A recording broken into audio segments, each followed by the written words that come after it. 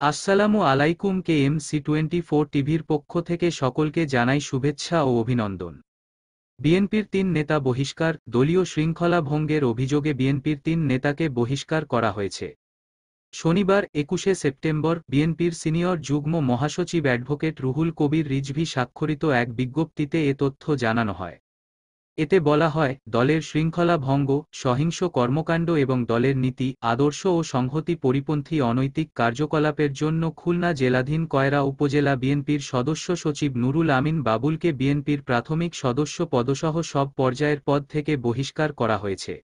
বিজ্ঞপ্তিতে আরও বলা হয়, দলীয় শৃঙ্খলা অমান্য করে নোয়াখালী জেলাধীন হাতিয়া উপজেলা বিএনপির সাধারণ সম্পাদক তানভীর উদ্দিন রাজীব বিশাল মোটরসাইকেল বহর নিয়ে শোভাযাত্রা করার সুনির্দিষ্ট অভিযোগের প্রেক্ষিতে তাকে বিএনপির প্রাথমিক সদস্য পদসহ সব পর্যায়ের পদ থেকে বহিষ্কার করা হয়েছে।